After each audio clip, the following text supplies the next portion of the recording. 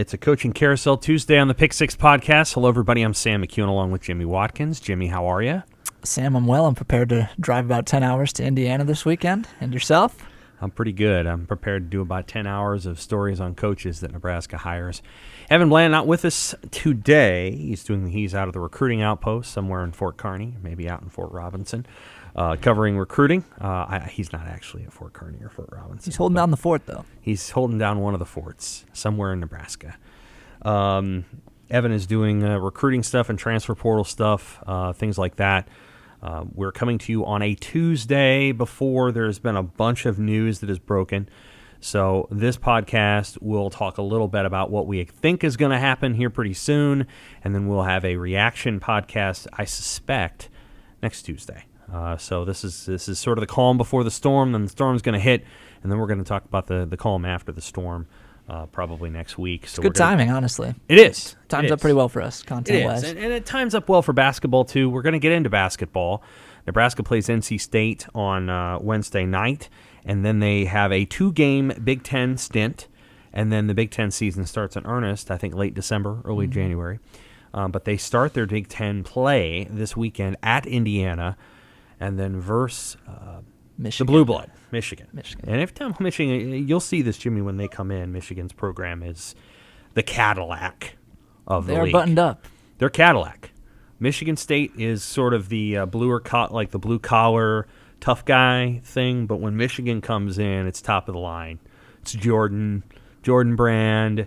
It's a million walk-ons and all these other things. It's the Cadillac of the Big Ten. Indiana's kind of like that too. Certainly, seeing those uniforms up close is a pretty cool thing, and you'll be able to do that this weekend. We're going to start with Nebraska football. The Husker football season ended on Friday. Not going to belabor that. Nebraska lost 28-21 to Iowa. Another special teams gaffe. A block punt where Nebraska basically just didn't block a guy. A block punt that you kind of called, Sam. Yeah, in the lead up to the game. Sure. Yep. I think that I wasn't surprised that there was a mistake and the game turned on that. Nebraska led 21-6, and then the meltdown began. It was 21-9, I think, when the block punt happened.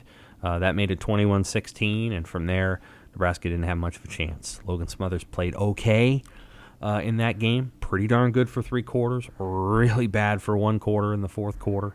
Nebraska's defense wilted down the stretch. They got a little tired. The special teams was the special teams, and the Huskers finished the season 3-9, the worst record since 1957. I wasn't alive in 1957. I have older brothers, and they weren't alive in 1957.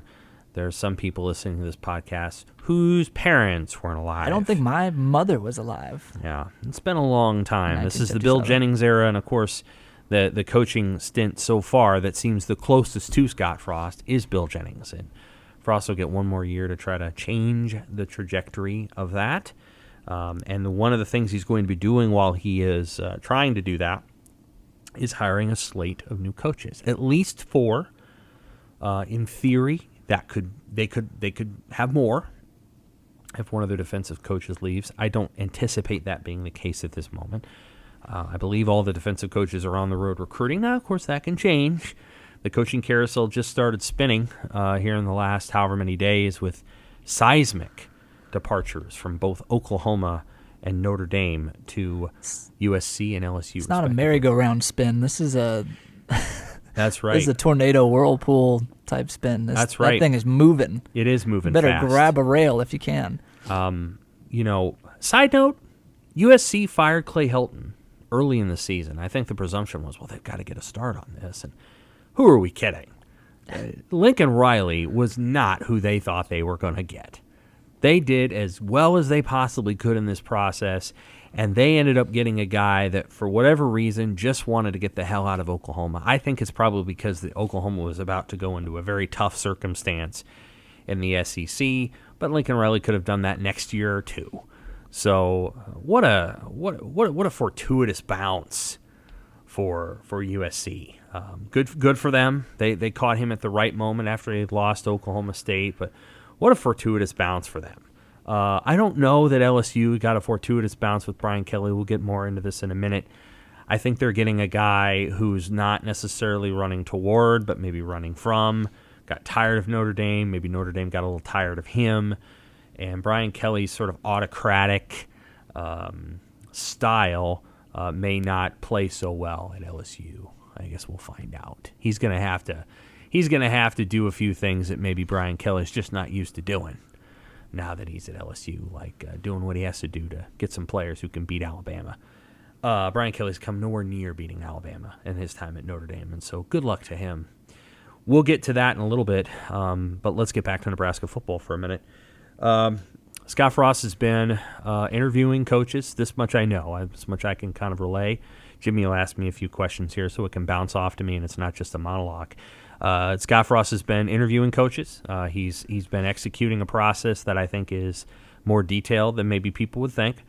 I think that as it relates to the offensive coordinator, there's a desire to get it, as what has been told to me, extremely right. I think there's the word measured has been used. Methodical has been used. Now, measured and methodical in this environment doesn't necessarily mean that they are going to hire somebody in 3 months. They're going to hire somebody pretty quickly, but they did not necessarily pull the trigger right out of the box on Monday. There's a lot of names flying around. There is an analytical aspect to this, a sort of data component. They're not ignoring that piece. They're not just going on feels and names and things like that. So I can share just a little bit of kind of where I think things are at. The offensive coordinator thing seems still measured and still in the process. I don't know that is imminent, and when it is imminent, it's going to happen pretty fast. I think Nebraska's tried to keep that under wraps. Nebraska's not necessarily kept under wraps its pursuit of Mickey Joseph, who is the former LSU wide receivers coach. He's been there since 2017. I do think there is a spot for him on the staff if Joseph wants it. I think there was a sense that right as it's Tuesday at about 3:15 right now, that there might have been something by Tuesday at noon, and there wasn't. And Joseph has to at least consider what Brian Kelly may or may not offer him. I don't know. And then there might be some other jobs out there, but I think Nebraska would happily add Mickey Joseph to the operation, maybe as a recruiting coordinator, wide receivers coach. They'd have to pay for it. Joseph was going to make $550,000 in 2022, and I don't anticipate him taking a giant pay cut for dear old NU. For Husker fans that have been around a while, Mickey Joseph was the number one quarterback in the nation, Jimmy, in 1987. He was a parade All-American. He was the Gatorade Player of the Year in Louisiana. I remember him being the number 2 recruit in the country, according to one recruiting service. And he picked Nebraska over who? Oklahoma. Those are the final 2 schools. In the same recruiting cycle, Jimmy, Leotis Flowers, a name that you have no idea who that is, was at Omaha Central. He picked Nebraska over Oklahoma, too, and it was maybe Tom Osborne's highest rated recruiting class ever. Even higher than the 90s guys. And Mickey Joseph was a big part of that. Injuries dogged Mickey through his career at Nebraska. He got a gruesome, that's the right word, gruesome injury at Oklahoma in 1990 when he was pushed into a very tight bench on Oklahoma sidelines. And he got a laceration on his leg that was somewhere around, I think, 50 to 60 stitches. He came back. He won the starting job in 91. He wasn't able to keep it. Keith and McCant took it over after he got a little banged up in a game. So Joseph has a great history with Nebraska. He has been a coach at a lot of different places. He's worked his way up, and starting in 2017, he was the receivers coach at LSU. He recruited, among other players, Jamar Chase, who is pretty good. Pretty good, both at LSU and at the Bengals. I think that's an opportunity there. Special teams, I think 2 names that have certainly emerged on my radar. Bill Bush, who is an internal candidate, an analyst who has worked for many, many, many different programs. In some capacity at times, he's been a special teams guy. At other times, he's just been a defensive assistant or a defensive coordinator for people who have followed Nebraska for a long time. Bush was on Bill Callahan's staff 2004 through 2007. Ricky Brumfield is another one. He is his son is a walk-on at Nebraska, and he is the Virginia special teams coordinator and a good recruiter as well. Knows Louisiana, knows New Orleans. Would be an interesting person to add. His special teams this year weren't great. They were good 2 years ago in 2019. Offensive line coach, let's just see. Let's just see where that goes. I think that would be the best phrase that I would use. I know there's been some names out there, interesting names. Be curious to see what they do with the offensive coordinator job first, and whether that coordinator is a line coach or a quarterback's coach or a running back's coach. Let's see. And then I think coordinator is that last piece. That's the one where you're going to want to watch what they do. If the coordinator is also an O-line coach, then maybe you go running back, wide receiver, tight end, quarterback. I think Scott can probably do the quarterbacks. So there's that. That's kind of where it's at this moment. I think there was some sense that, again, maybe something would be announced today. That hasn't happened.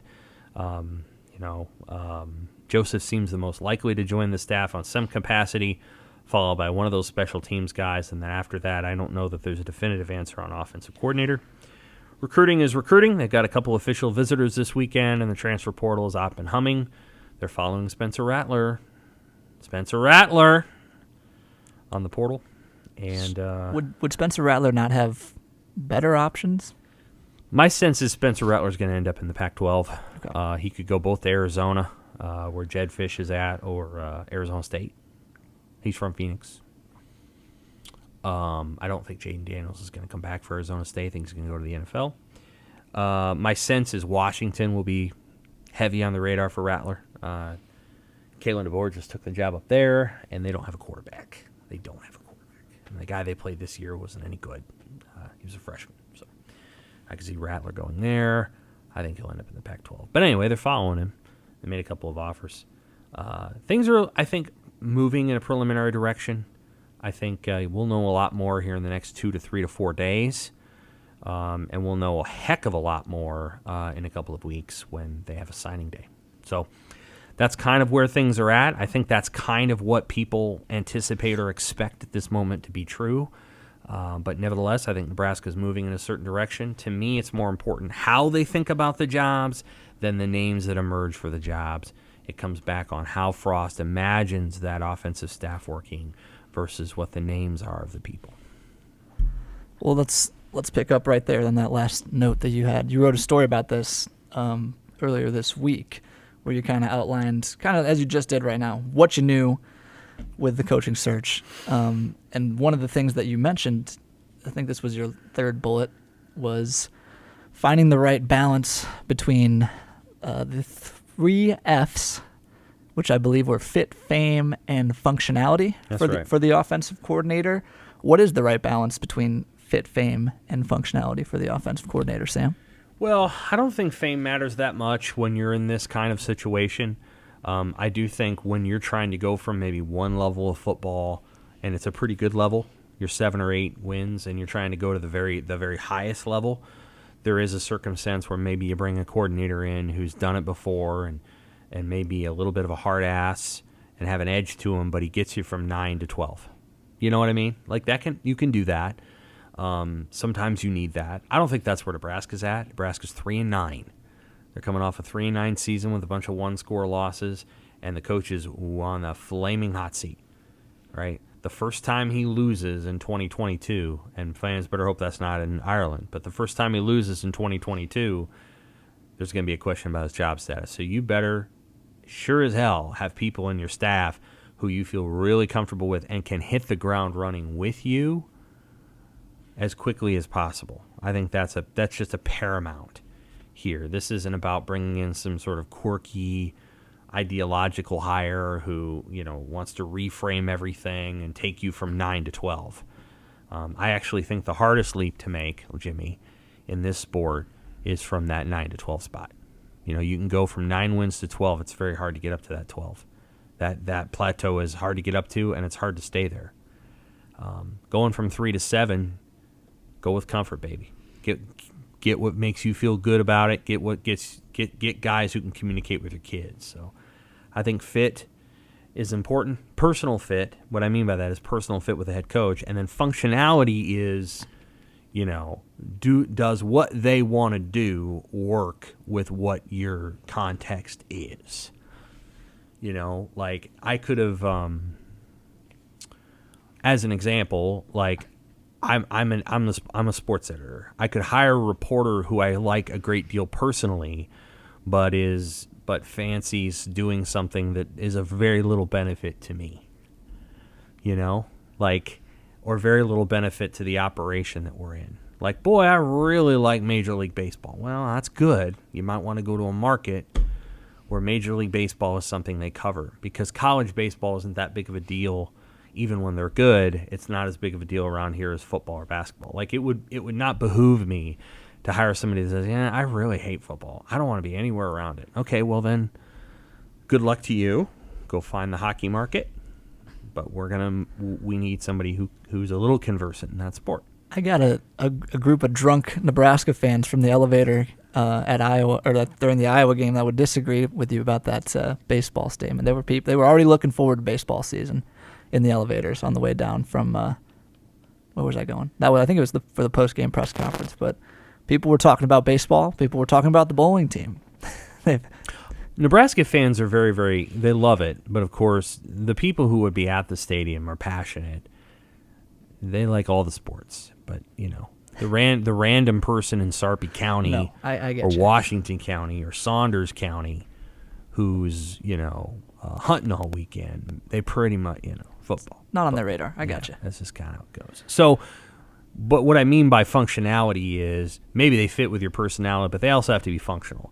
A person who comes into this job has to understand that it's not the Conference USA, it's the Big Ten. And so can what they want to do fit in the league that they're coming into? And can they make it fit in 1 year with very little buildup? Mm-hmm. I mean, you got one offseason, one shot at this. Yep. I was really interested when we were talking to Scott after the assistant fallout during the season.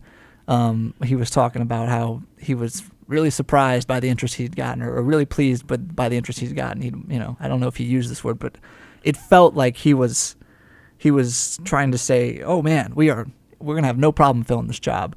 And there's a finite amount of college football coaching jobs out there, so I understand that to a certain extent. But what is the gap between that, what he's telling us, and the reality? How much of this is could potentially be only a 1 year gig? How much does that matter? I don't think it matters that much, because you can always give somebody a 2-year contract, and most people go into this thing with their eyes wide open. I think it might be a factor as it relates to potentially like a defensive coordinator like Eric Chenander, who wants to go get a different job and has a 3-year runway and gets a 3-year contract with, I don't know, LSU. I don't think that's going to happen, to be clear. I just want to back up and make sure that fans don't panic about what I just said. But I would think it would matter more with coaches who are already here. If there's a coach out there who's looking for a job, they're looking for a job. So they're looking for a job, whether they were leaving, whether they were, whether they're out of a job because their head coach was fired, they're looking. So you don't want to look a gift horse in the mouth. If Nebraska's willing to pay, if they're willing to pay, high 6 figures or low 7 figures for an offensive coordinator, well, shoot, people will come. For that, they'll come to Nebraska. So I think there's going to be really good options out there. Let me say this: watching Nebraska's offense the last 2 weeks with Frost kind of running it against Wisconsin and Iowa, he put those two defenses in the corner and hit some body blows. 7 touchdowns over those course of those games, and neither one of those teams gives up 3 touchdowns per game. So the scheme and what they want to do and what they envision doing ain't that bad. I think the bigger question is player development, fundamentals, executing in crucial moments, developing not a rubric but a methodology by which you can get kids to learn an offense, so that when they learn it, they can stay on the field and do a bunch of the other things. If physically speaking, Marvin Scott should be a good pass rusher. He's a power lifter. You know what I'm saying? Like, physically speaking, Jaquez Yant should be a pretty good pass blocker. He's huge. But they're not. And that's more about, how you learn and learning it and then being able to replicate what you learn versus the physical capability to do it. That's why Ramir Johnson was playing and some of the other guys who were bigger than Ramir Johnson weren't. And so I think you got to find some people who can develop players not only physically but in a way that helps them to learn what they're supposed to learn. And then you've got to find somebody who can either give you a template, like a blueprint, or tweak points when it comes to the red zone. Because Nebraska's red zone offense borders on good, and it often teeters back into poor. And it was a little better this year, so I don't want to belabor the point. They had a couple lucky situations with Northwestern where I think they were inside the 25 times, and they scored every time. So that kind of skews the numbers. But they could be a little bit better in the red zone, and just being a little bit better in the red zone will make them a much better program. And so I think either a blueprint or tweak points where in the course of a game you can say, here's how we exploit this, or here's how we throw a fade pattern, so that we can create a scenario where our quarterback and our receivers win more often than they lose on that particular play, and there's confidence in calling it. And Nebraska virtually never called it this season because they don't have confidence in it. So I think those are the two key components. You're talking about player development. One of the areas where that's probably the most crucial area that needs to be focused on is the offensive line.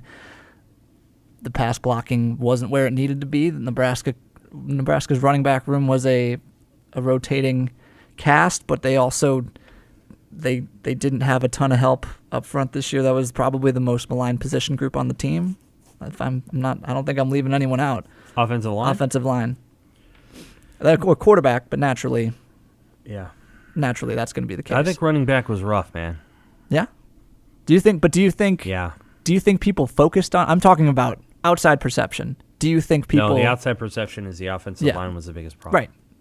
And so you said we're not. That's a wait and see situation with who the offensive line coach is going to be. But what needs to happen with that position group? What does whoever gets that job need to do that Greg Austin didn't do to improve that group? I think first you've really got to find guys who are tackles. I think they have one in Teddy Prohaska. Do they have a second? Is Bryce Benhart a guard? Is he a tackle? It's quite a large guard if he was. Yeah, that's true. They've had 6'9" guards before. Finding the right person for those roles, I think, is important. My sense is Prohaska comes back healthy, you can put him at left, and Turner Court can go back to right. Then you've got to find movement in your interior line. I think they have that with Cam Jurgens, finding the right guards. I think there's some of that. And then again, this is the point where I'm not a coach, Jimmy. I don't do that. Sometimes it's hard for me to articulate it. And the challenge is when you talk to the people who are in the fire, you're standing outside the fire, you're looking and talking to people who are in the fire. It's hard for them to describe how the fire feels because they're in it. Nebraska's offensive plays, so many of their offensive plays, especially run plays, look muddy to me. They look muddy. They don't look the way that a Wisconsin run play looks. They look like there's a bunch of different things happening on each play, and there feels like there's average execution, package plays, RPO plays. The advantage of those is that in theory you can make the defense wrong no matter what the defense does. The flip side of the coin is your offense is often executing multiple plays within one package, and it sometimes can make your offensive line look like they don't know what they're doing, and guys are missing blocks and things like that. And so I feel like there's a piece there where they've got to maybe, check under the hood of the offense and say, all right, what do we need to tweak here in the engine so that when we run the football, even though we might have a pass off of that, it looks like one hell of a run play as opposed to a 1.5-yard run because people miss blocks. And then the other piece, I think, for the offensive line is they need a quarterback that they can know that they can expect to be where he's going to be. I feel like there's generally a way to play the position. Obviously, there's multiple ways, but one of the best ways to play it for an offensive lineman is you stay in the pocket, you stand up in the pocket, and you move up in the pocket when the pressure comes. And sometimes you got to take a sack, but I think a lot of times what happens in Nebraska's offense is those guys get the ball, and they kind of move back and back and back, and then maybe out here, maybe to the left, maybe to the right, and it becomes very quickly a scramble drill play. And the minute, and I'm not disparaging this, to be clear. Patrick Mahomes has made incredible hay off of this. Lamar Jackson, for me, watching him Lamar Jackson didn't play well at all on Sunday night with the exception of 2 plays. And they were the 2 plays that won him the game. And it was totally improv. It was rolling to his right on one, rolling left, right. He's back 17 yards on another. This is not really the ideal way that you want to win. Lamar Jackson's limitations, as much as I love watching him play, is when you get in the playoffs, you can't do that shit. You can't run around for 17 yards. It's also not instructive. There's one Lamar Jackson. Right. One. And there's other players that can, Patrick Mahomes can kind of do it. Russell Wilson can do it. But when Baker Mayfield tries to do it, it doesn't go so well. Kyler Murray can do it. Matt Stafford can do it. But the point is that the sport has changed from, in the last 10 years, stay in the effing pocket, move up in the pocket, climb the pocket, manipulate the defense, throw the football. That's the Tom Brady, that's the TB12 method, right? The new wave method is more of the Stafford and the Murray, which is off-platform, as they call it. Out of structure, yeah. Yep, off-platform, moving around, throwing the ball, underhanded, doing whatever Mahomes is doing, chucking the ball 70 yards downfield because you have a guy who's a legitimate world-class sprinter running across the field to catch the ball. So many things that you see in offense is a byproduct of Patrick Mahomes has an 80-yard arm and Tyreek Hill runs the 100 in about 10-3. You take those 2 variables away from a team and all of a sudden it looks pretty pedestrian. But I think people have sort of mimicked and mirrored that. Well, Nebraska's got some of that quality. Hell, they were playing it up in 2019. Well, we got a guy that's kind of like the only guy that makes the throws that Adrian can't make is down there in Kansas City. And I get it, but that makes it hard on an offensive line when you're dropping back 12 or 13 yards. Logan Smothers, it was, what was it? It was 2nd and 11 at the 6. And when Logan got hit on that intentional grounding, he was 8 yards in the end zone. That's a long way in the end zone from the 6. Granted, he caught the ball at about the goal line, and he dropped back 8 yards. That's a long way. You're 14 yards from the line of scrimmage when you're getting hit, and none of those guys that you're throwing to are behind the line of scrimmage. So your shortest throw is about 15 yards. And in that particular play, guys were going way downfield and all this other stuff. And so I feel like there's ways in which you can maybe manipulate and change the offense a little bit. But those are hard things for coaches to do. The teams that do it really, really well, that kind of stay in the pocket and manipulate the pocket, are teams that Nebraska's not like. It's Pittsburgh. It's Michigan. Kate McNamara does a great job of staying in there and staying in. It's Iowa. Not everybody wants to play that way. So one of the challenges for Nebraska's offensive line is to always kind of know what's going on behind them. And I don't think they always do. And the option's tricky too. When a lineman goes out and blocks on the option, he doesn't know where the play is going to break. The quarterback makes a lot of that decision. And so the sport has become harder and harder to navigate because you don't know when you're going to throw a cut block. You don't know when you're going to be called for a chop block. You don't know when you're going to be called for a block in the back. There's all these different rules. And I think the line has had problems with that. So we'll see. And you don't know when the opposing team is going to come back and block one of your punts, right? I think that's right. We're circling back to where we started this conversation. Yeah. Special teams coordinator, priority number 1. A name that you wrote but did not mention when you were talking about special teams earlier is Sean Snyder, who was at USC and almost was at Nebraska, was supposed to be an analyst here, but USC offered him a full-time role. Mm-hmm. Is that a name that is still in the wings at all? Haven't heard a ton about that name in the last couple of days. He got a great reputation. He did. He was definitely on the radar a couple of years ago. Haven't heard a ton about that name. I think the one thing that a Bush gives you or a Brumfield gives you is a recruiter. And you want your special teams coordinator to be an elite recruiter because, A, they have to recruit bodies and types to a team. B, they don't quite have – I mean, you game plan for another team's return units, but it's not the same as putting together an offensive game plan. And so a special teams coordinator should be a pretty darn good recruiter. Like, he should be able to go get 2 or 3 guys a year from his area, and that's kind of what Iowa does. LeVar Woods is their special teams coordinator, and one of the places he recruits is Omaha, and they've done quite well over there of getting kids from Omaha to come over, whether it was Noah Fant or it was Keegan Johnson. That's part of what LeVar Woods does. So I think you want a recruiter in that role if you can get it. Bush is a notoriously good recruiter. He's a good evaluator of talent. I think there's this old wives' tale that Bill Bush is a great salesman, and I'm not saying that he isn't. But actually what he is a really good evaluator of talent because he was able to see in, for example, Prince Amukamara, things that other people didn't see. And so Bush has always been a really good – one of the reasons that Bill Bush always gets jobs, even though he gets – he's on a staff that's fired and then he has to go looking for jobs, is because everybody kind of knows he really knows the game and he really knows personnel. And so I think Bush would be a good fit there. Brumfield would too. So I think you look for a recruiter, and I don't know how much of a recruiter Sean Snyder was. Snyder was on the head coaching track. He wanted to get the job at Kansas State. The AD at the time, well, he's still there, didn't give it to him. They gave it to Kleiman instead.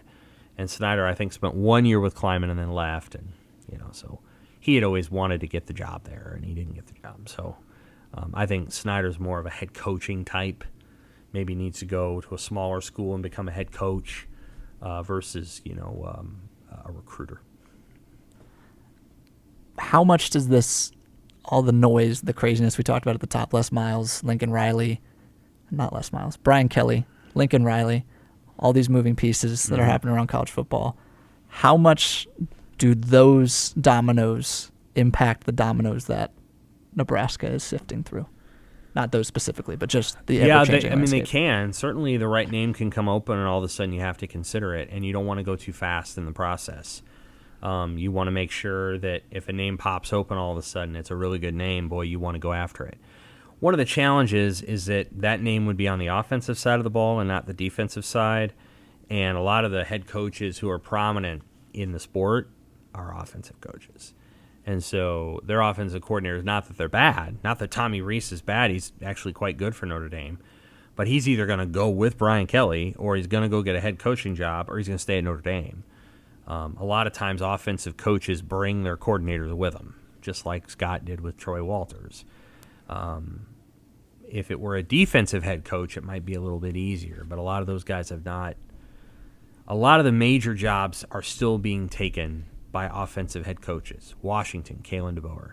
USC, Lincoln Riley. LSU, Brian Kelly. Won't surprise me if Notre Dame goes with an offensive coach. Really won't surprise me if Oklahoma goes with an offensive coach. So that's part of the challenge there, is you're basically going after somebody who's going to be recruited to where the head coach is going. And that's tough. I think that's one of the biggest challenges but, something may pop open, and you gotta watch that. For example, I know a name that's come up is Willie Korn at Coastal Carolina. He's the offensive coordinator there. Well, Jamie Chadwell does a lot with that, but Jamie Chadwell might get a job. He's not going to get Notre Dame. He's not going to get Oklahoma. But let's say somebody takes a job at Oklahoma, like an Iowa State's Matt Campbell, and Iowa State's looking for a coach, and they're like, screw it, let's run that Coastal Carolina offense. And then all of a sudden, Willie Korn might be going with him. So, all those little pieces have to come into play. There's some guys out there with names, and those names are going to create more domino effect. I think Notre Dame could easily be a landing spot for either Campbell or Luke Fickell. I don't think Oklahoma for either one, in part because I feel like Oklahoma likes offense, and they want a guy that's offensive-minded. But let's say one of those two guys land there. Well, Cincinnati's open. That's a great call-up spot for a Coastal Carolina coach. Great call-up spot for somebody who, might be working at that next level. They might call up Marcus Freeman, right, the defensive coordinator. You can do that shuffle, but we'll see what happens. I don't think Nebraska can discount a sitting Division II or FCS head coach for that role. It's a game planning job. So it's not the same as, it certainly can be a badass, but it doesn't have to be a badass. It can be a guy who calls a good football game and organizes an offense really well and makes $700,000 or $800,000. But at the end of the day, the guy is kind of a technocrat. He's a guy that kind of develops players and looks at game plans. Oftentimes, you need to have another assistant on your roster who's the badass. Somebody who makes a lot of money and is a good recruiter, and when that guy walks in a room, everybody kind of knows it. And that may or may not be your coordinator. In recent years, it has been the coordinator, but it doesn't have to be. Ohio State's defensive coordinator doesn't make anybody's head turn. And most people don't even know who their offensive coordinator is. So on that staff, the guy that does that is Larry Johnson. On Iowa's staff, the guy who walks in the room is LeVar Woods. Make sense? So Nebraska can do it a couple of different ways. The guy that probably turns a lot of heads when he walks in the room on Nebraska's staff is Travis Fisher and Sean Beckton. And they might be well advised to get Mickey Joseph, because I think Mickey Joseph, when he walks in a certain room, he's Mickey friggin' Joseph. I coached Justin Jefferson and Jamar Chase. The end. That's all a receiver needs to hear. You tell a receiver, well, here's my resume, 2 NFL draft picks back-to-back years, and oh, by the way, they're 2 of the 5 best receivers in the NFL. What else do you need? Do I need to tell you anything else about me? That's all you need. Kind of like if if somebody was going out and trying to recruit writers and they say, here's our 4 APSI awards or whatever. Believe me, that doesn't remotely compare to Jamar Chase and Justin Jefferson, right? It doesn't. But the point being, you want to know what you're coming to play for? Those 2 names. Here's their cell phone numbers. Call them. Ask them what they think of me. Sold. And that's what I think Joseph can bring to the table, is a guy that can walk into a room and go get a kid like that. Last thing on this front, you, Sam McKewon, are Scott Frost for a day, and that day happens to be the day where it is time to pick an offensive coordinator. Right. Who would you pick? I don't know that there'd be a name. I've tried to think about this process through, qualities and traits and frameworks. I think you want to go find somebody who can fit with who Scott Frost is, somebody who has a pretty, what do you want to call, I don't know if romantic's the right word, but somebody who has a healthy, abiding appreciation for the run game. And I don't know that was true of Troy Walters, and I don't think it was true of Matt Lubick. I mean, I got along really well with Mike Riley, but I don't think it was true of Mike Riley. We had Steven Jackson, it was, but Mike liked throwing the ball. So did Danny Langsdorff. So did Bill Callahan. Deep down, now Bill Callahan's an offensive line coach for the Browns, and boy, he does a hell of a job with them. But deep down, these guys like throwing the ball around. They were former quarterbacks, or they played in that kind of operation, and they're like every former quarterback. They dream of throwing the ball 45 times and matriculating it down the field like they're Joe Montana. So I think it would be good to have a coordinator who has a deep, abiding love for the offensive line and for a run game, and understands what a good run game and a good offensive line can do for an offense, and more importantly, do for a quarterback. I wouldn't mind seeing a system that de-emphasized quarterback play and re-emphasized all of the pieces within the hash marks around the quarterback. Not necessarily the wide receivers, but the line, the running backs, and the tight ends. I felt like for one game, for one half this year, Nebraska tried doing that against Illinois. It didn't go very well, and they went back to the Wild West in that second half. And deep down, they've just kind of been that since. Like we'll run it. If we run the ball, great. If we don't, we'll throw the ball. We're not going to keep running it, okay? We're not going to beat our heads against the wall here. We're just going to throw the ball, because that's how we get our 27-yard gains. You saw it against Iowa. We're not going to – I want my 28-yard gain. So you ain't getting a run of the ball. The only way you're getting a run of the ball is running an option or play-action pass, throwing it over the top. And Nebraska, and I'm not trying to be stupid here by saying Nebraska's a little addicted to big chunk gains. Of course you are, because that's part of how you score in football. So you need to be addicted to them to some degree. But I think there does come a point where there's a feeling like, well, what we really need to do here is get a bunch of yards early, and there's a cumulative power to running the football over the course of 4 quarters that can actually be interrupted by a bunch of big chunk plays, And football's not boxing. You cannot knock out your opponent with 1 touchdown. You can't. Well, Iowa did. No, but I mean, you know what I'm saying? I know what you're saying. Like, you can hit an 85-yard pass for a touchdown, and that might make everybody on the other team red-faced, but it's still only worth 7 points. It's not worth any more points. Whereas in a boxing match, if you hit somebody with an uppercut, a wild uppercut just so, they're out. And that's worth more than 100 body blows.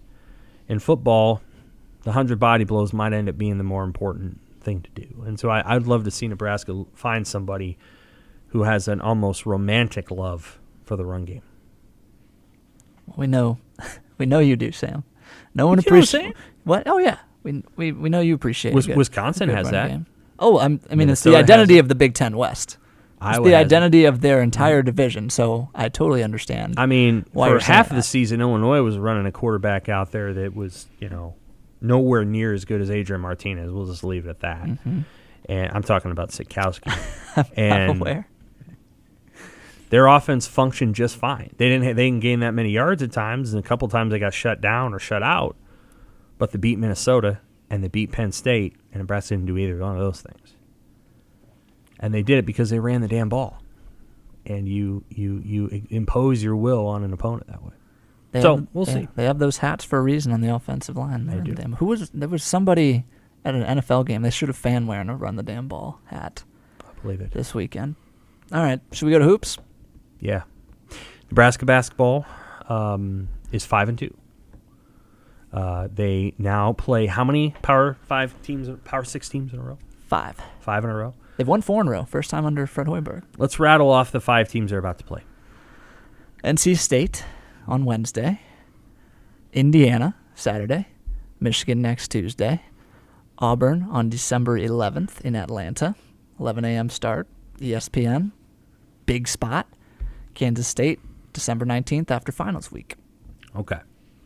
What is true, generally speaking, of Power 6 teams, and by Power 6 we include all the Power 5s plus the Big East, that is not true of the teams that Nebraska has played up to this point other than Creighton?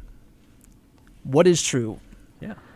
Well, I can tell you what is true of what happens to Nebraska when they venture outside of their warm, cozy home arena where they're hosting all these mid-major opponents. Mm-hmm. I did a breakdown. This is Big Ten versus non-conference, but it's their non-conference slate has not included too many. No, it hasn't. That's right. Power 6 opponents. That's so right. Agreed. This I did a quick numbers dive on this last night. Okay. What is true of Nebraska's offense against non-conference teams?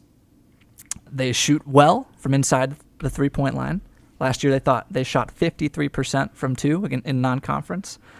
And then in conference play, they shot 41% inside the 3-point line. They generated, where are the free throw numbers? 24 free throw attempts per game. Non-conference is very good. It's right on par with where they're at right now. In conference play, they generated 16 free throw attempts per game. Mm-hmm. So what is true about all of these Power 6 teams, sorry, Big East, that is not true of all these Western Illinois, even though they won, or South Dakotas. There's more size. Even though NC State, for example, the guy who plays the 4 for most of their rotations is 6'7". You got to see him. He's not small. He's long and lengthy and quite the athlete. That these are the players that South Dakota's never going to get. Mm-hmm. That's who Nebraska is about to run into. NC State is a middling ACC team, but they are, other than Creighton, easily the biggest test that Nebraska will face this year because of their athleticism. I guarantee they have better athletes. Relentlessness. And I'm not trying to knock Creighton. For sure. They have better athletes than Creighton. They're relentless. I mean, they press for 40 minutes. They are super duper long, and they attack the rim and they protect the rim. Mm-hmm. They are going to bother Nebraska. They're going to bother Nebraska when Nebraska has the ball, when Nebraska is away from the ball. That stuff we were talking about after the Creighton game where Hoiberg was saying Creighton got physical with Bryce McGowan and he needed to do more stuff off the ball. Let's see how it works this week because he's going to run into a lot of the same stuff. Trace Jackson Davis in Indiana, I was watching him. I was watching some highlights of him against Marshall. Granted, it's Marshall, not necessarily a program known for its defense. Stayed him alive. He is a man-child. He's a skilled player. But he's so powerful. He's very skilled. Yeah. But he's so powerful. And he's not that much bigger than Derek Walker. But he just plays like he's much bigger than Derek Walker. People bounce off of him. He dunks over people. He is a monster down low. And Derek Walker is efficient, has been efficient down low against a lot of these mid-major teams. What's it going to look like when he has to bang bodies with a dude that's chiseled from rock? That's what we're here to find out this week. That's a hell of a good point. Boy, that's a really good point. People should rewind what Jimmy just said and listen to the last 2 minutes. Here's why. Nebraska has made, and believe me, this is good. I appreciate Fred Hoiberg's scheduling strategy. I think it paid off. Oh, yeah, they needed to build confidence with this group. Correct. They had to. But, Bryce McGowan's has had an incredible start. But I don't know what percentage of his points are off free throws. But that percentage is about to go down because he's not just going to be able to get to the rim at will against North Carolina State and Indiana. He's going to have to work. He's probably going to have to hit some jumpers in order to get those sort of free passes to the rim. And so that's a good example of, you don't want to be so on the nose and pedantic that, you watch tomorrow night's game and you think, well, why isn't Bryce going to the rim? Because he can't. Because the players they're playing are better.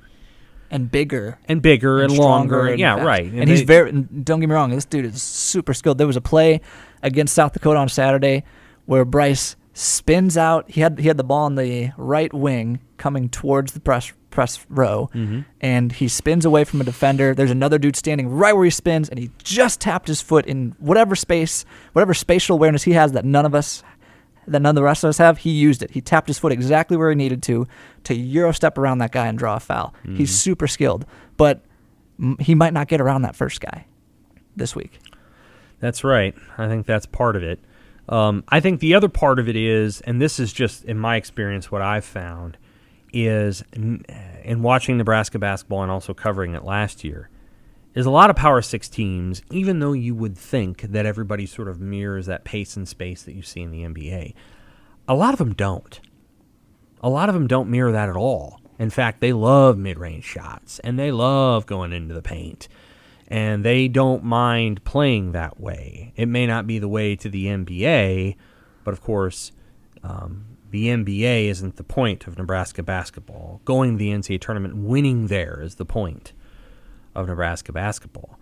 And so, for example, Georgia Tech had a team that came in here last year, and Georgia Tech was in the NCAA tournament, lost, I think, to Loyola. I can't remember who they lost to. Somebody good that went a long way in the NCAA tournament. Georgia Tech had a guy that basically didn't shoot three-pointers. James Wright, I think was his name. And they had a couple of good guards, a couple that hit some threes, but really what they did is they got to the rim. And they were quick and they were tough, and Wright made some shots, and I think that was his name. And Nebraska lost the game. Nebraska actually played pretty well. Kobe had 20, hit some threes. I think Nebraska would tell you they played pretty well that day against one of the best teams they played all season, but they fell short, especially in the second half, because that team just kept coming at them and coming at them and coming at them. And I've seen enough games both in the men's and the women's side to know that the ACC, the caliber of athlete in the ACC, and they're often pretty skilled, is better than what they're putting out in the Big Ten. It's better. Like, the Big Ten might be tougher, but the caliber of athlete in the ACC is just better. They're faster, they run, they're longer, all those things. And so Nebraska's they got their hands full. A lot of times they've played maybe the second or the third worst team in the ACC when they do this challenge thing. I feel like NC State is a cut above that, right? Pretty good. They're maybe like so far. They lost like 8th or 9th. They lost key guard, but they've looked pretty good. They have. I was kind of surprised Nebraska got this draw, but they've played so many of the dregs that I feel like it was almost time. for them to face somebody that was a little bit tough. And last year they did. I mean, Georgia Tech was, we got there and we're like, oh, God, this team's good. Nebraska's playing somebody that's a little out of their league. It feels like, again, they kind of drew that game too. So they start the Big Ten on Saturday against Indiana. What do we know about the Big Ten compared to last year? It doesn't seem like it's quite the same league as it was last year, but, it's the Big Ten. I would say there's not as much of a crowd at the top. Purdue is clear-cut above the rest early in the season. I think Michigan has the potential to get up to Purdue's level. They have a ton of talent. They are, the numbers still love Michigan, even though they've lost 2 games to Marquette and Cincinnati that they probably shouldn't have lost. Right. But the level right below that, I'm working on Big Ten rankings for Friday. I have Purdue in its own tier. Michigan's in its own tier right now. For now, we'll see how the rest of the week plays out because there's some big games coming up. And then there's this huge jumble of a third tier with Illinois, who seems to be really missing Ayo Dosunmu more than I think we all thought they would. They are an egregious turnover team. Yeah, they play pretty breakneck. Yeah, Ohio State has the talent, but is still gelling around with some new faces. Yeah, Iowa, frankly, a lot better. Iowa beat Virginia last night on Buzzbeater. They are undefeated. They look much better than I thought. He can coach. Yes, he very much can. He really can. Let's be honest. Yeah, he can coach. Great coach. Wisconsin looks better. The defense has carried over from since Greg Gard has gotten there. They've had some ups and downs. Pretty much every year, that defense has been excellent, right? And it is carrying them through. They have a huge win over Houston. Granted, Houston plays the exact kind of style that Wisconsin likes to play, so that helps. But they're in that jumbled pack too. Michigan State's in that jumbled pack too. Indiana's in that jumbled pack. They haven't played anybody yet, but they're undefeated. They look pretty good. There's all of those teams that are jumbled up. It's not at the top anymore. It's not as Nebraska has no chance tonight against a lot of these teams last year, right? They're not going to beat. Yeah, they're not going to beat a lot of those teams, right? Sure. For a variety of reasons. Now they can probably beat some of these teams on any given night. I don't think Nebraska totally could go into Indiana and win on Saturday, but they have to play their best to win it, and it's that way the entire way. I mean, Northwestern's off to a good start. You looked at the schedule before the year, you're like, well, at least they got 2 games against Northwestern. I don't know that you feel that way anymore. Nebraska's balance, their chemistry, the way they work together on the court is very delicate. Mm-hmm. It's Alonzo Verge. I don't want to pile on Alonzo Verge. I think he's been put in a tough spot. They grabbed him late, put him in a role that he has not been used to playing. But he's the guy that they are saying, here, man, you're running the show. And he's getting yanked at the first sign of, I mean, he didn't play for the final, I think it was 12 minutes again on Saturday against South Dakota because he took a turnaround jumper. And I get that Fred has to show him, hey, that's not okay. Mm-hmm. But he has no room for mistakes. It feels like at this point, the guy has to. Fred clearly feels that everything needs to be working in concert, and then Alonzo Verge was the key to everything working in concert. He was the guy who was going to get everyone else started. They have a team built. They built a team of finishers with very few creators. And the guy who they thought was going to be the primary creator, it's not working out. And if we continue down that path, I think he has done it once already in a couple of games where they had 18 assists. He's brought it back to where he needed to be. I think he can do it again. But if we continue down this rocky path where sometimes they move the ball great, sometimes they don't. Sometimes they play good transition defense, sometimes they don't. It's going to be a problem because there's a baseline. What I'm trying to say here is there's a baseline level of competence still in the Big Ten that Nebraska has not yet hit under Hoiberg. There are a variety of reasons for that. He has called it the biggest rebuild in college basketball history or something. I don't have the bandwidth to understand what that is compared to, but I do understand that it was a big rebuild job. Yeah, I think Scott Drew probably had the biggest, but Hoiberg at Nebraska. Yes, it was a big deal, but there's still a baseline level in the Big Ten that Nebraska has to prove it can meet before we can start putting it into the conversations that it was being put into at the beginning of the season. Rightfully so, they have a lot of talent on this team, but they still have to prove that they can get there. Every sport's a little bit of a combination of art and math. One of the things that I think we all love about sports is there's a certain embedded beauty to it, but there's also a certain bottom line logic to winning and losing, right?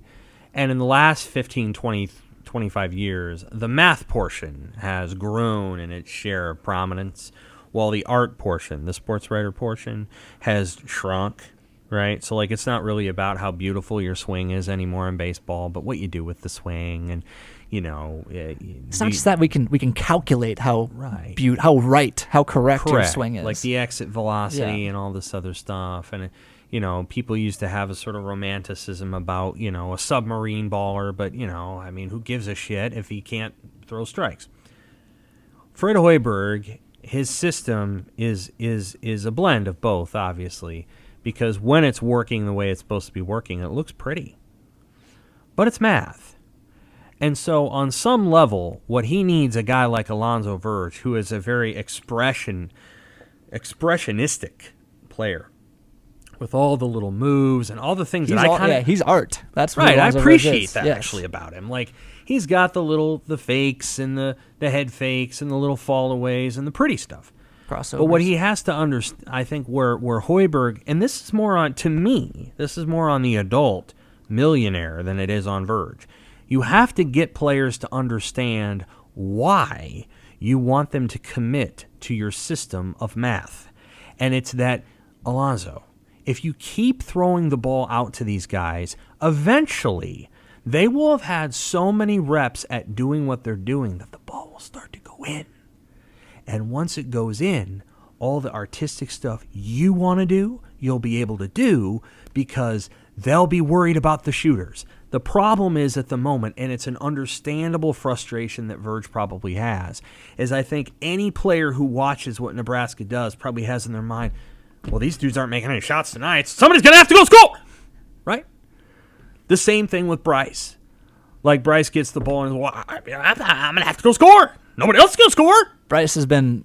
you know what I'm saying? I know what you're saying. Bryce has been much better as a passer these last few games. I think but the point is that there's a connective tissue to what he's trying to get done, and gol darn it, you recruit the guys to make the shots. They got to make the shots, or otherwise the distributors and the playmakers are like, what the hell am I doing? I'm keep throwing to these guys, and they don't make the shots. So in some ways, Casey and Lat are huge. They have to make shots, or otherwise the system doesn't work. And I think there's a sense of eventually they're going to make the shots. You have to let the system work for about 12 games, and then all of a sudden about 12, 13 games in, and you got to understand, and you know this, the first team that Hoiberg put together was a mess. It wasn't his fault. They had no chemistry, and they had a guy that was shooting 23%, jacking up 13 threes a game, and he wasn't any good. Last year was a mess because of COVID. So this is the first chance they've really had to make the thing work. They need to try to make it work for about 12 or 13 games, and eventually, I think the theory is, when we get to January, the shit's going to kick in. And when it kicks in, then all of a sudden it looks like it did at the end of last year, and you're beating Rutgers by 20, and you're taking other teams to the wire, and you have these stretches of basketball where you look like you could beat anybody. But you don't get to that until you work the system. And so for me, when I watch it, I'm like, Latman, Casey, CJ, they're huge. People keep talking about Verge, and I get it. Or Bryce. But man, they got to hit the threes. If they're open, make the threes. You play, you shoot to make the three. And that's why they're there.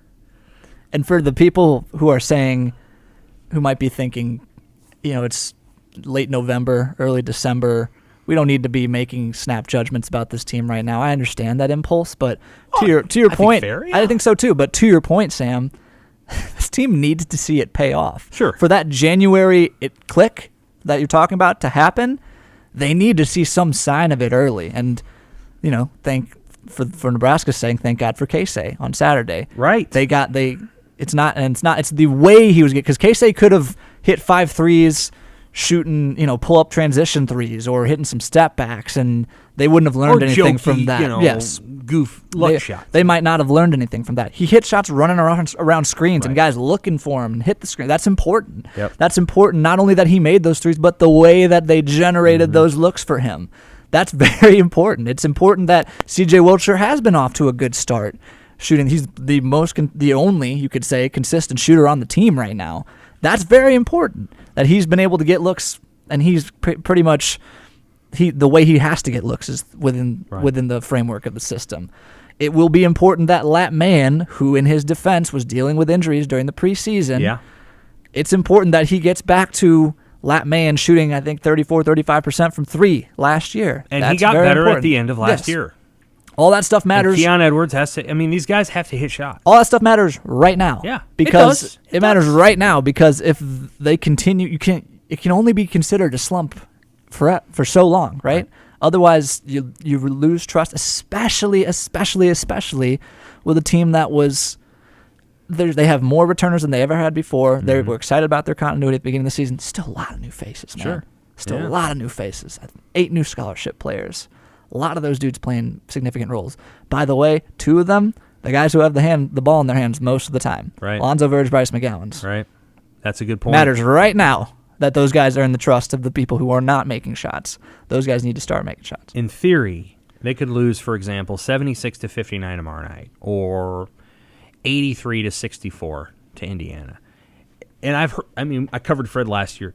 He's the kind of guy that will go, yeah, I like the looks that we got. We just have to make the shots, and we will. And process over results. That's sensible, but that's not how your 22-year-old point guard thinks. That's not how everyone thinks all the time. Well, it's finite too. Yeah. And then this is the part where I think Hoiberg has to, also, and I think he does. It's not 82 games. Whereas, of course, the 82-game season, there's a lot of things that can happen that can go right. You can win, 14 out of 20, somewhere in there. But that's the piece, is that, you can have a night where you lose 76-59, and the reason you lost is we didn't make the shots that we designed to make, and the guys that were supposed to make them didn't make them, so I don't feel that bad about how we played. That's how Brad Stevens coached for the Celtics for years. They didn't win anything. We got to be honest about that, too. Brad Stevens eventually had to walk away from being a head coach and become a GM because the message wasn't getting through. The hay's in the barn, but it doesn't matter because there wasn't enough hay. And, you can get lost in that world.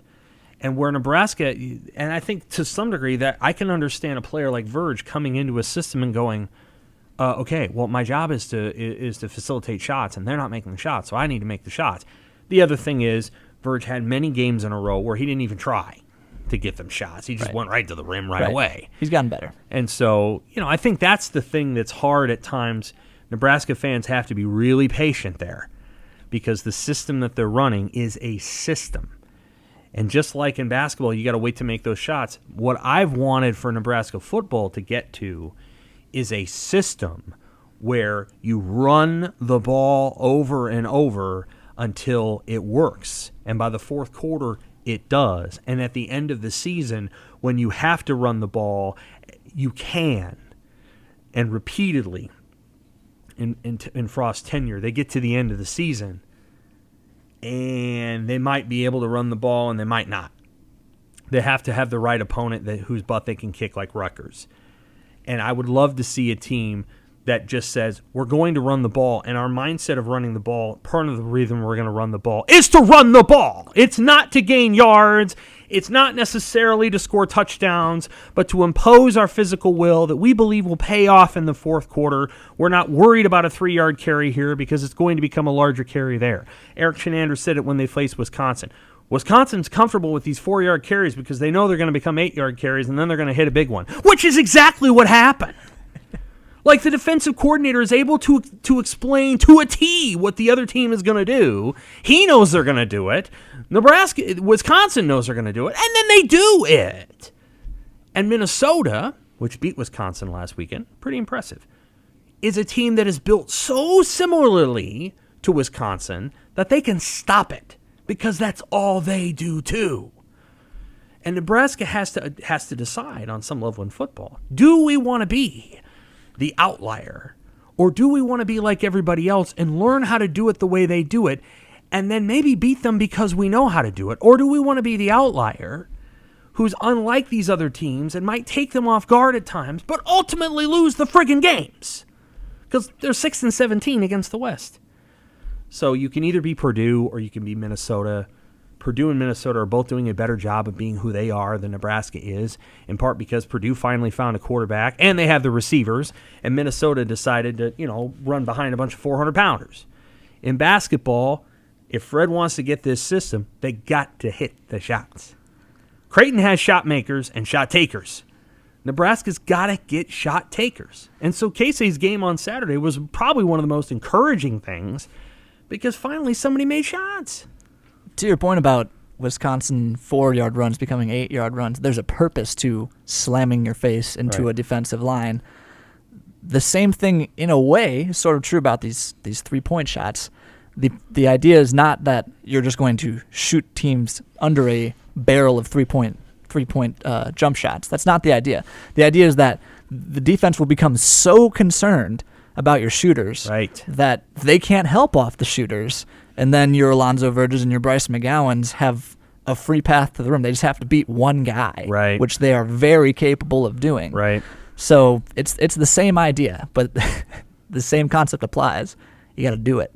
You got to make the shot. And you have to prove you can do it. Hoiberg's system's understandable. Yeah. Like, you go into the lane, you have a jump stop, you pass it out. That guy has a shot or he doesn't. If he doesn't, he fakes it. He dribbles. He passes. The next guy looks. Does he have a shot? No. He passes. There's a fake. If then. Yeah. It's not like it's rocket science. You just have to be disciplined.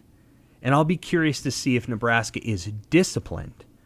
Likewise, Doc Sadler's defense. You know what Doc Sadler's defense is going to do. If you execute it well, okay, a team that hits a bunch of threes might beat you. Tennessee State hit a crap load and they didn't beat them. Yeah.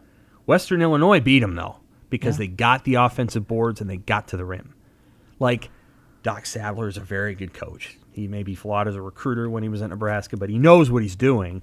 And if you take the paint away and you force a team to hit bombs all night long, a team like Tennessee State is not going to hit 22 of them. They might hit 12, they might hit 15, but they're going to fall short.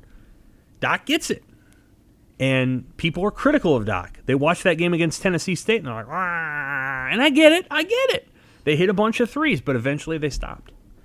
You play the numbers. Well, and they were also in that game they weren't. The idea is not to just let them shoot threes as they did against Tennessee State. The idea is still to get out there or know where the shooter is going to be. And too often when you rewatch these games, it's like the lasting through 7 games, my lasting image of Nebraska's defense is, doesn't matter who it is, Nebraska jersey pointing, saying, we need to switch here. Mm-hmm. And either they weren't supposed to switch or the other guy didn't see that they were supposed to switch. They both go in one direction, and there's a shooter there. He's open. That's happened too often. Mm-hmm. And these, oftentimes it has resulted in against South Dakota especially. They happened a couple times against South Dakota's best shooter. Mm-hmm. I think his last name's Perot Hunt, and he filled it up against him. There are going to be more of those. Yeah, but there are going to be more of those guys in the Big Ten too. To bring it back to where we were in the beginning of this, there are more talented players, more shooters, better shooters, bigger shooters. That's coming up. The thing that kills them are good posts. Yeah, well, yeah. They have to find, within the recruiting process, Blaze Keita. That's who they think he's going to be. It's extremely important. They think he's the most Big Ten ready big. That's not already in the Big Ten right now. We have to be honest. They thought they were going to get Adama Sanogo. What are his numbers at UConn? What are they? Look them up. We were talking about this last week. They're unbelievable. Yeah. This is the guy that could have been at a game or something like that. He's the best center in the Big East. Yeah. He's one of the 5 best centers in college basketball. They almost got him. Now what they got instead is Eduardo Andre, and again, This is, I think, a deal where they have been very. What do you want to call what they've been with Eduardo Andre? They've been very expectant. They've tried to, disciplinary. They don't want to play him too much. Trying to give him the kick. But man, sometimes you just got to put the guy out there and let him get slammed a few times. Yep. And then he'll either find his pride or he won't. Yeah, he's going to be more important, much more important in Big Ten play, and I thought it was interesting that Fred shrugged off. I asked a question about Wilhelm Breidenbach, who's averaging I think 8.3 fouls per 40 minutes right now, and Fred said it's an effort thing, and he's not out of position. That's all great, but the tendency to foul, like that aggression that Fred is talking about, is a good thing on a certain level, but when you're playing someone a lot bigger than you, that's not that. Those fouls are going to keep happening. Yeah, if he gets switched onto I think he'll play more 4 in Big Ten play because they don't want him guarding those super big dudes. He's not ready for that yet. Right. But it's gonna happen. Yeah, bodies get mixed up down there, so that's something that needs to be watched for as well. And because they don't have that big body who can match up with the Hunter Dickinsons, Trey Jackson Davises. There's a certain amount of genius to the way that you do your non-conference scheduling and the way you figure it out, because what you want to face in a non-conference schedule is a variety of teams and a variety of different kinds of players. And there are some teams that don't get scheduled very often. They play in the MAC. That are like, no, we're not playing you. We don't want to play a 62 to 53 game. You might beat us. You're not going to play ball with us. We're going to bring you in here, Toledo, and you're going to beat us. Forget it. You go play, over here. Go play a bunch of other mid majors. There are leagues that don't get the benefit of that because they're pains in the ass to play and they slow it down. And like Tennessee State didn't win, but they're super beneficial for Nebraska because they hit a bunch of shots. And that's like, here, you see? You got to learn. We won, but you learned a lesson. Teams like that are great to play. Like, the teams you don't want to play are the ones that, want to drag the game to a 50-point game and aren't teaching you anything, because you're not going to play anybody in the Big Ten that does that, which is why MAC teams, one of your alma maters, it's one of the reasons they don't play. They don't have great, RPIs. Yeah. Because they always get stuck playing hard games. And look, man, so Nebraska did a nice job, I thought, of scheduling a variety of teams that gave them various looks. For certain by purpose. And I wouldn't want to play my Ohio Bobcats right now either. They are ranked one spot ahead of Nebraska, actually. All of those teams. If you look at all those teams in the MAC, they're always like that. And so, somebody told me this years ago, I think it was a women's basketball coach, of you don't want to play teams that aren't going to do you any good when you get into league play. And that was the teams that play super slow down basketball, they can go play that in their league. We don't. But conversely, when they get to the NCAA tournament, it works. The last team you want to play is Stephen F. Austin. Loyola. You don't want to play these teams. Yeah. Because you get there and then all of a sudden, and Hoiberg played one when they lost to UAB or whatever. You don't want to play these teams that slow it down, and you don't play them all year, then you get in the NCAA. Anyway, we're getting off the point. Anything else about hoops? I would say this. 2 wins would be huge success in this stretch, I think.